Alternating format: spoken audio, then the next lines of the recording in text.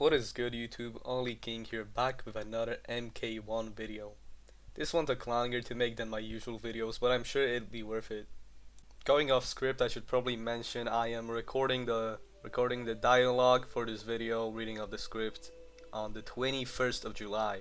A couple of hours before the reveal at San Diego, so yeah, this is when it's being recorded, and I don't know when it's gonna get published because all of the time is gonna be put into editing.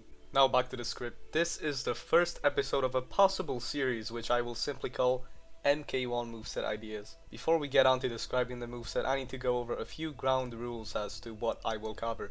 I will be creating around 5 combo strings with their branching moves. No pokes will be discussed. Oh, also I won't mention the frame data as I'm not too familiar with it. I'll make a grab and around 5 special moves, as well as their enhanced and other alternative states. Kameo moves, for which I won't use the main fighter. I'll actually try to find a character from the same piece of media that will pair nicely with the guest, and will make sense as a team up in their respected universe. In the cosmetic department, I'll be looking at skins, alternate colors, victory poses, and a little extra from me which I doubt NetherRealm will do, a stage dedicated to the character.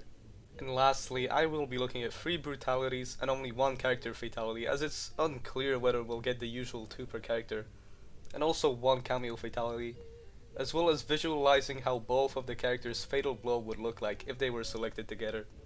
Today we'll be looking at a certain someone that may or may not have been leaked already thanks to Amazon Italy. Peacemaker. Hey guys, Ollie from after the Combat Pack trailer, he did get revealed, so cool. It was gonna be a moveset idea.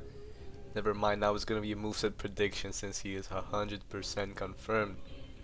But yeah, just a little something from me from the future. See ya guys. He is also a pretty decent character in the DC universe. I mean, he was the most boring and underdeveloped in the Suicide Squad, but to my surprise, giving him his own show was the right call. We saw all of his motives and emotions in play, which ultimately allowed him to become a better, developed, and more fulfilled character than he initially was. Plus, we could finally see John Cena in a fighting game other than WWE. God damn it, Nanawe. No! Quit being a playbaby. Peacemaker! It's actually very nice.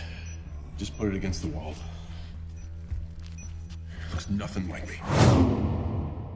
For Peacemaker's combo strings and basic attacks, I had to rewatch a few scenes in which he fought someone hand to hand opposed to using all of those trusty firearms. His first string is called Rig's Demise and it consists of 3 hits. The string starts as a low, then ends as a mid. Peacemaker first bashes the opponent in their stomach, picking up a random shard from the ground as he does so, and inserting it into their chest, after which he kicks them to the ground. The first 2 hits are special move cancelable. The next string is called Peace Above All and is all mid. It sees him punch the opponent twice before picking them up and slamming them on the ground. The first 2 moves of the string can be special move cancelled, and alternatively the string can also end with a third light punch or a medium punch, leading to a launcher rather than a command grab. The next string contains a low and a high, and it's called Shield Sweep. It shows him grabbing his shield off his back and hitting the opponent's legs, causing them to be bounced up, after which he slices them across the face and sends them flying. The string is pretty powerful and sends the opponent far away, meaning it doesn't have any branching strings and is also not special move cancelable. The next string is called Tommy Hawk, and again starts with a low and ends with a high. Peacemaker kicks the opponent in quick succession twice and throws a tomahawk at their head. The string again contains branching attacks which can be special move cancelled. Lastly, his air combo. Peacemaker will punch the opponent twice, aiming for their face, and end the string by shooting his Desert Eagle upwards as he's approaching the ground, allowing for him to keep the combo going. I made a vow to have peace, no matter how many people I have to kill to get it. Oh, Peacemaker! Yes! You're that racist superhero! Now, onto the special moves. First up is a move that utilizes his helmet. I know that Peacemaker has multiple helmets, all with their assigned abilities, but from a fighting game standpoint it would be easier to have all of those abilities in one helmet. So that's exactly what I'll do. With that said, Peacemaker's first special move is Human Torpedo, which arches upwards and drops the opponent to the ground. If meter burned, it launches the opponent, allowing for more combo potential. I know this move is kinda ripping off Raiden, but it looked too cool in the show for me to exclude it. Peacemaker's second special is called Calves of Justice. and it is a command grab which sees him grabbing his opponent's shoulders, falling on his back, and launching the opponent away from him using his legs. The move can be meter burn and shows eagerly taking the opponent down to the ground and pecking at them for extra damage. But wait, it also has an aerial version which shows Peacemaker climbing on the opponent and kicking them downwards with both feet. Sadly, this version of the special move cannot be meter burned. The next special is called Good Eagly and is used primarily to stun the opponent. The move shows Eagly approaching from behind the opponent and pecking at them. They sway their arms about as they unknowingly move closer to Peacemaker, who will follow up with a combo. The move does very little damage as it is used to extend combos and can only be done once per string, so use it wisely. It can also be meter burn in order to give Peacemaker 2 hits of armor. The best way I can describe it is a mix of Johnny's stunt double and Quan Chi's trance. Peacemaker's 4th special is called Sharpshooter and shows him using the infamous Desert Eagle. He shoots it once and it can be aimed up or down, or straight. All 3 states can be meter burn and would work something like this. If the straight version is enhanced, then 3 bullets will be shot in a straight line. If the up version is enhanced, then it will shoot once upwards and twice straight. And if the down version is enhanced, it will shoot once downwards, once straight, and once upwards. Lastly, it can also be done in the air, although only the straight and downward version. It also cannot be enhanced. Peacemaker's final special is simply called Blowgun, and you can probably figure out what it does. It wasn't used all that much in both the Suicide Squad as well as the show, but you gotta admit it is a pretty cool concept. In game, it shoots in a straight line and doesn't stun the opponent at all. Instead, it stays attached to them and causes bleeding for a short period of time. The move can be meter burn in order for the bleeding to last twice as long. Oh, and his grab also fits in this category. Let's see. He could start by grabbing the opponent, punching them twice in the face, turning around while still holding onto them, and ending it by using his Sonic Boom ability. Yeah, you can probably tell I rushed to include the Sonic Boom there as I didn't want to feature it as a basic special move.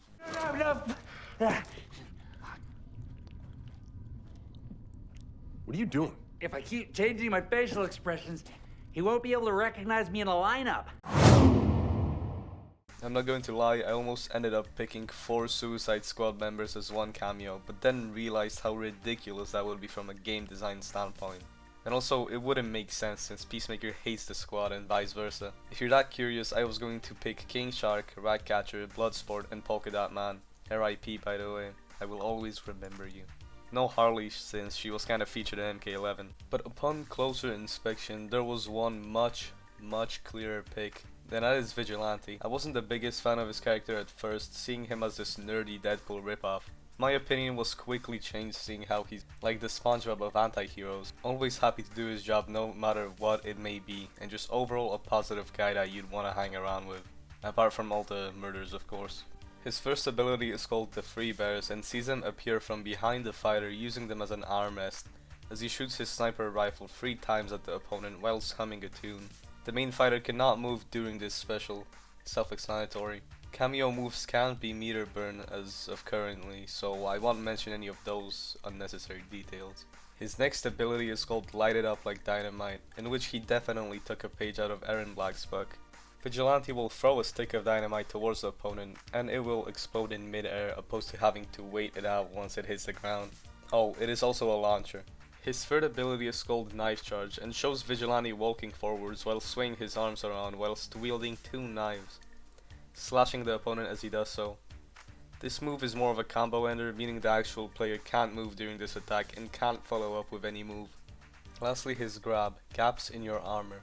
The main fighter grabs the opponent and pushes them away, after which Vigilante will lunge on them from behind, stabbing them in the shoulder and delivering a kick to knock them to the ground.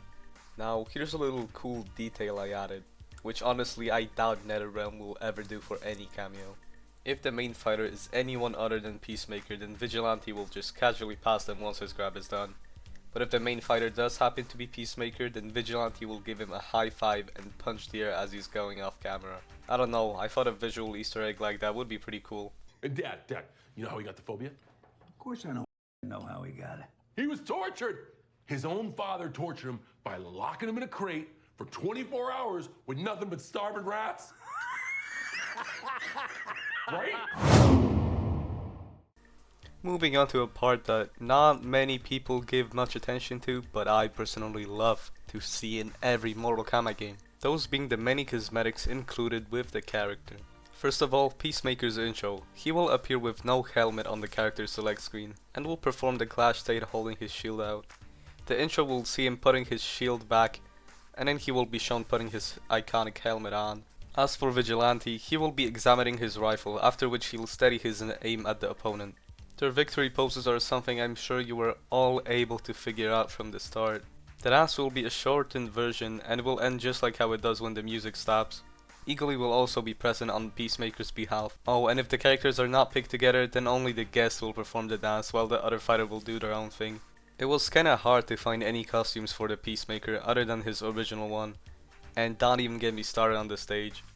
Luckily I was able to scrape the very bottom of the barrel and found 3 possible skins and a stage. For the skins, first up I got Peacemaker rocking a more casual outfit, which can be seen in the bar scene from the Suicide Squad.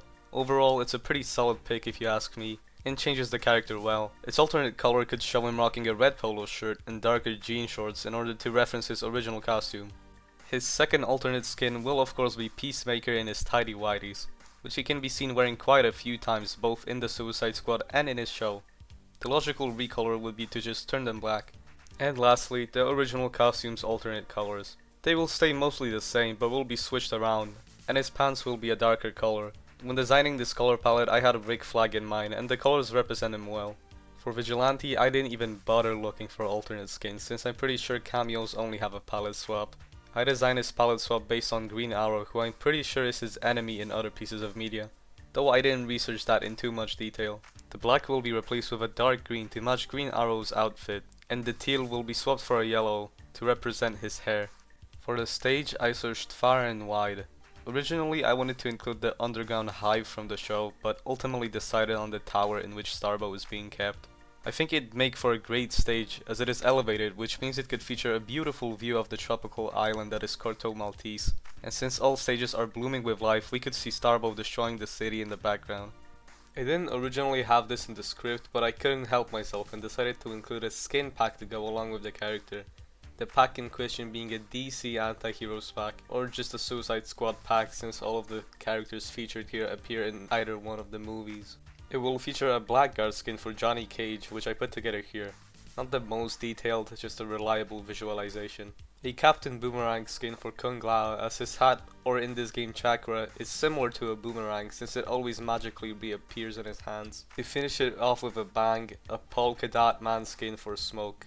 Just replace the smoke particles with supernatural polka dots and you got yourself one awesome looking skin. Though I suppose the polka dots would be kind of distracting. Simple fix, ban it in tournaments. Now on to probably the most anticipated part of the video. You wanna know why I don't have a coterie of supervillains? Why? My coterie of supervillains is 6 feet under. There, you see, Batman doesn't kill people. Because he's a pussy! Vigilante's part of the fatal blow will show him slicing the opponent twice with his katana and shooting them in the neck with a sniper rifle for the actual X-ray shot, after which he will swiftly leave the scene. Peacemaker will finish off by bashing his opponent in the chest using his shield for the X-ray shot, after which he will command Eagly to swoop down and hit the opponent for the final hit. When assembling this fatal blow, I wanted to utilize both characters' most iconic weapons as well as their less used ones. For the first of Peacemaker's 3 brutalities, I decided to use the Peace Above All combo string.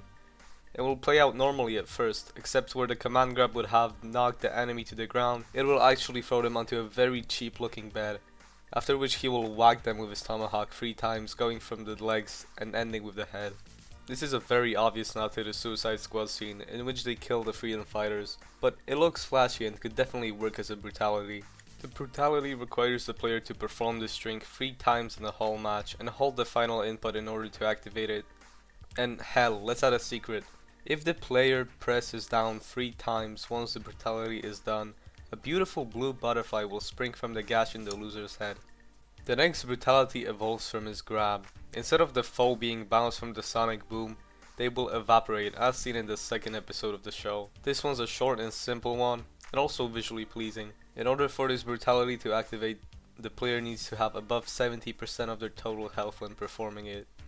And for the last one of his brutalities, he will use his blowgun, which will cause the opponent's skin to melt off, leaving a standing mass of bone and muscle, as if they were hit by the most poisonous dart ever known to man. In order for the brutality to activate, the move needs to be performed 3 times in one round, as well as requiring the opponent to die from the bleed caused by the blowgun. Some tough requirements for that one, but very rewarding. Now onto the final part of the video, the fatalities. Vigilante's fatality will be short and tame, since all Kameo fatalities tend to follow this trend.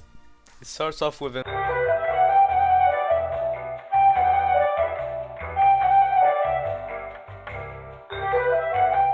after which they collapse to the ground and both characters' victory poses are revealed.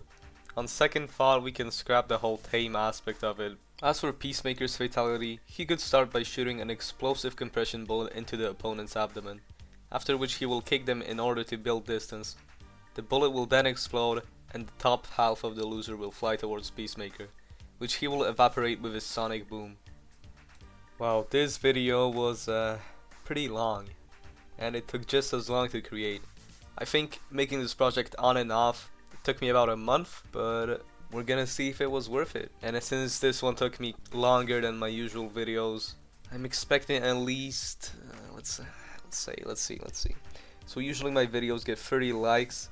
Let's get 100 likes on this video, and I will continue this series with other characters. There's so many characters I want to cover, so many ideas, so many possibilities. I mean, characters from movies, characters from games, characters from comics. It's endless. So if you guys want to see a continuation of the series, make sure to drop a like and maybe even subscribe. But yeah, that is it for the video. I hope you guys enjoyed, and see you in the next one. Peace.